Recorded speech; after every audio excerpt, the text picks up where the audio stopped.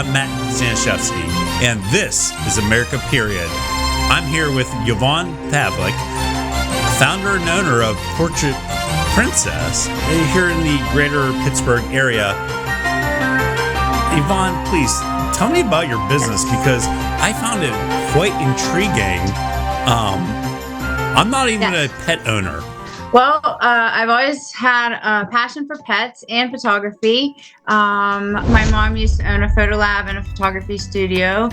So a couple times with her about 15 years ago, we did some pet sessions at like the Camp Bow Wow in Pittsburgh. And it drew a lot of attention and it was very lucrative. So I thought maybe, I could bring that to the area because no one was doing it, especially at the time.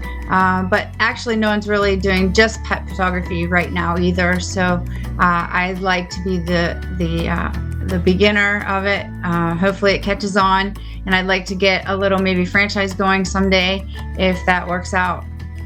Why did you decide to go into the family business? It was kind of like I was bled and bred for it, I guess. It's in my blood, and my mom kind of groomed me my whole life to own a business. She owned her own business for 30 years. My dad was a photographer, owned his own business for a very long time. So it's almost like it was just in my blood, and it's something that I have a huge passion for. I love art and to take pictures. I don't have a very good memory, so I capture a lot of my stuff on camera. So we're focused on fur babies and so forth. What's the challenges to even take those types of pictures, if you will? It can be very challenging, especially if a pet is skittish or has been abused. I do a lot of volunteer work for Paws Across Pittsburgh, and it's hard sometimes to get the pets that are new, and into a house after been into an abusive situation. So then they bring them into me, and it's even more stressful in the car and everything.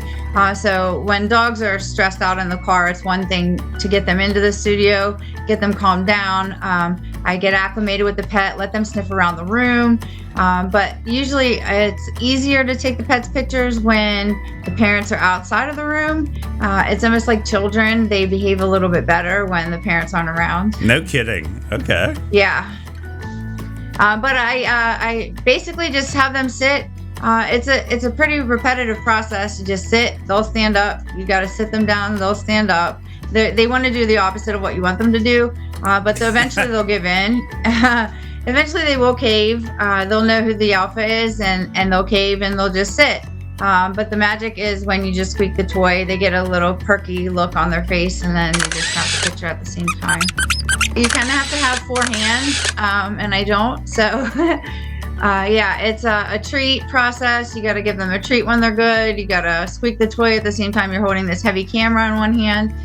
So it can be pretty difficult, but it's a fun time because, the pets can't really talk back. So it's fun. They can, get lots of different poses, catch them in lots of different angles. But it's fun to capture their personalities. The little ones are more fun because I have a lot of props that I can fit them into. Okay. I have a bunch of chests, and I have this little circle thing that you can put and it has a little pillow in it. I get a lot of stuff from Home Goods, which is a nice place to find props. But I love to get, and there's an antique store right by my studio. So I get a lot of my props from there too, but I have a very small space. So I have to focus on getting props that can fit things inside of them. So I get a lot of chests and things like that. So I can also use them as props, but also put stuff in them to store it. But yeah, the little ones are a little easier because they're down there already, and it's kind of easier to capture them. The big ones are sometimes the hardest. But most of my magic, I do, in front of the camera or behind the camera. But I also have a lot of Photoshop history. So if there's something I can't catch in the studio, I can actually, edit it and help out in the Photoshop area. So that's part of your background as well. Not only your family history, so you have the tech background as well, correct? Yes, my mom owned a photo lab before a photo studio ever came. No kidding. So I did work for her, and I was in charge of her sales and marketing. But I also did all of her retouching, in charge of her retouching department. So I did all the editing of her images. I put the names on senior pictures, wrinkles, eye bags, things like that. We fixed for the kids, and pimples, obviously. But it's different with the animals. I have to retouch leashes out, and maybe fill in the eyes where they're cloudy, and things like that, just to make them pop a little bit better. I have a whole line of products. Not only they can order prints, but like standard prints, but those have kind of been archived. A lot of people don't order the actual prints, they order digital files. So we also have an online store where they can buy mugs, keychains, magnets, tumblers, anything that you can think of that you can put a picture on, beer mugs, shot glasses. It's really cool, the things that we have to offer. And not only can they do it with the pictures that they've done with me, that we can order together, but people can also go to my website and upload their own images to the stuff that I have online, and they can order their own stuff too. So we're talking like mugs, we're talking coffee cups, whatever the case might be, right? Yeah, dish towels.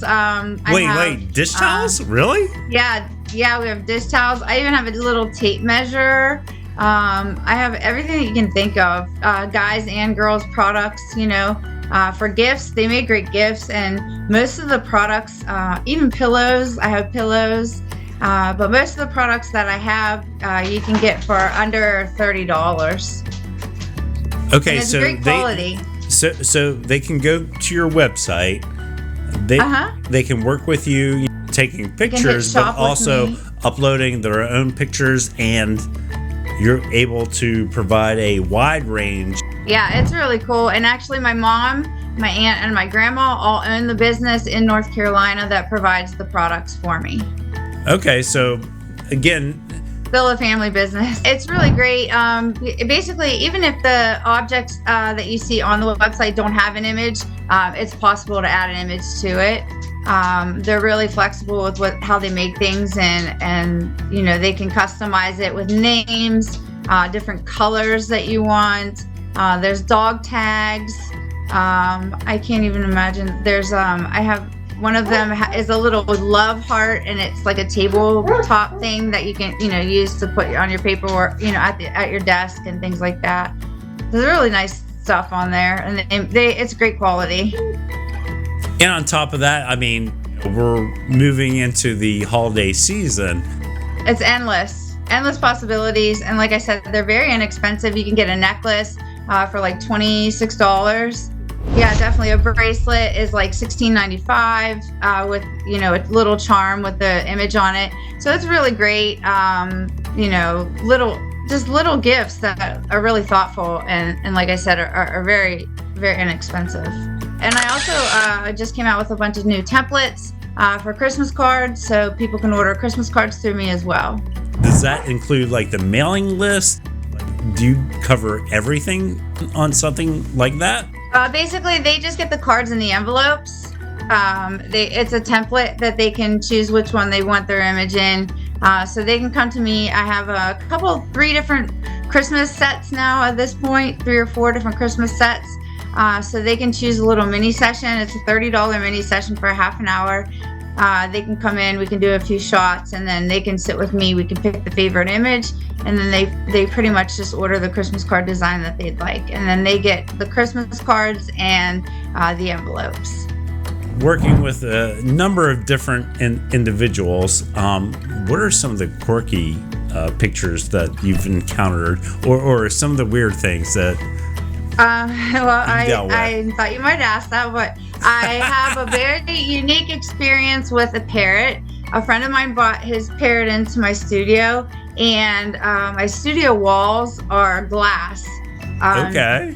So, birds fly into windows sometimes, and his bird totally took a nosedive right into my window. No, you gotta be kidding me. Yeah, I was so upset. The bird just flew right into the glass. and just fell right to the floor. And I was so upset. I'm thinking, oh my gosh, I have insurance, but I hope I didn't kill his parrot. I was like so devastated about it, and it got up and it started walking around, thank goodness. But we had to put a cape over the glass because he couldn't, keep doing it. We had to put something over the glass. But that was the craziest thing that ever happened to me. Yeah. And I wouldn't even have thought before that to put something on the glass. I wasn't thinking. But still, I mean, yeah, correct. Who thinks about something like that, right? Right. Yeah, it was a very unique experience. But I also I can take any kind of pictures of pets, most small animals. But I've had rabbits. I've had a rabbit. I've had the parrot, dogs, cats, of course. It's always most controlled in the studio. It's a better environment to be there. I know it's a little kind of north, upwards, but about 30 minutes out of the city.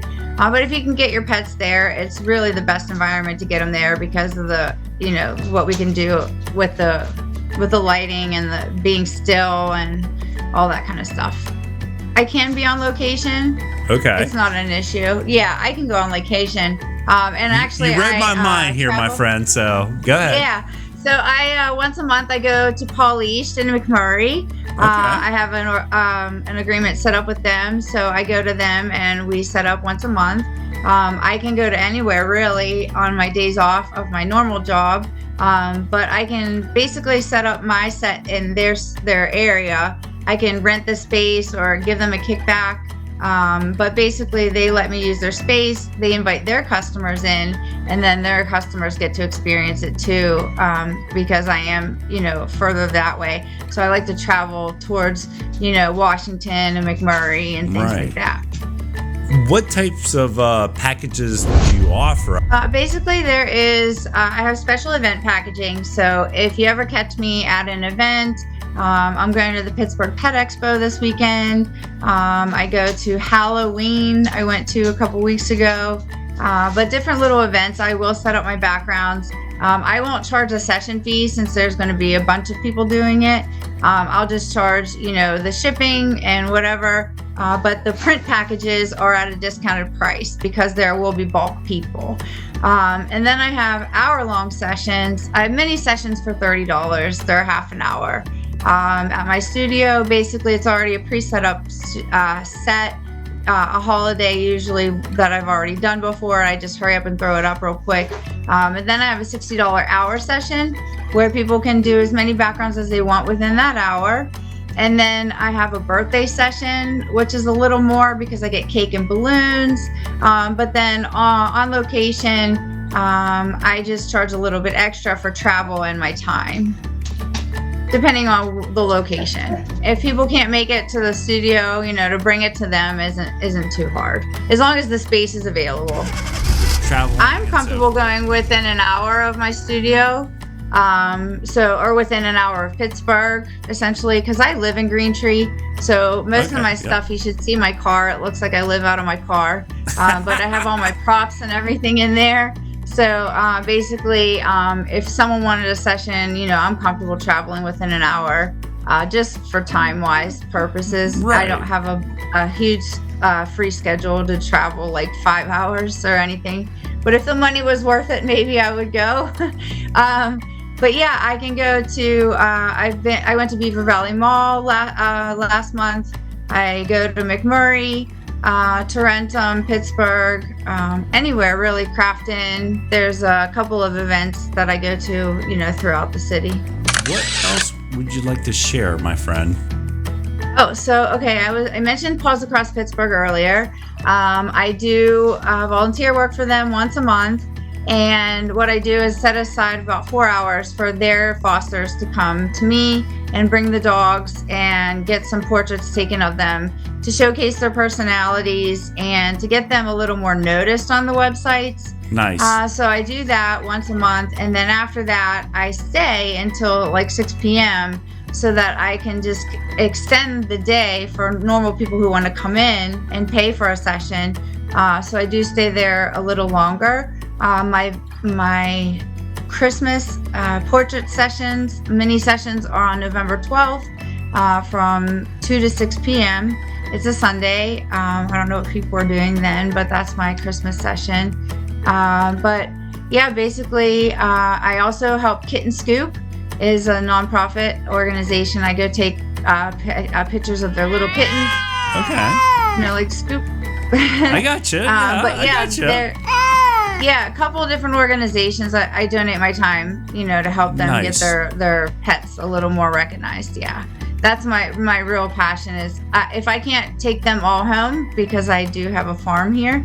If I can't take them all home, I want to get them adopted as soon as possible. So that's my mission, is to help them, get recognized and hopefully get them adopted.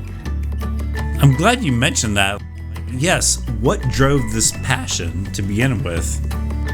I had a dog when I was 21 that pretty much saved my life. So I have had dogs my entire life, but I never knew how much I needed them in my life until then.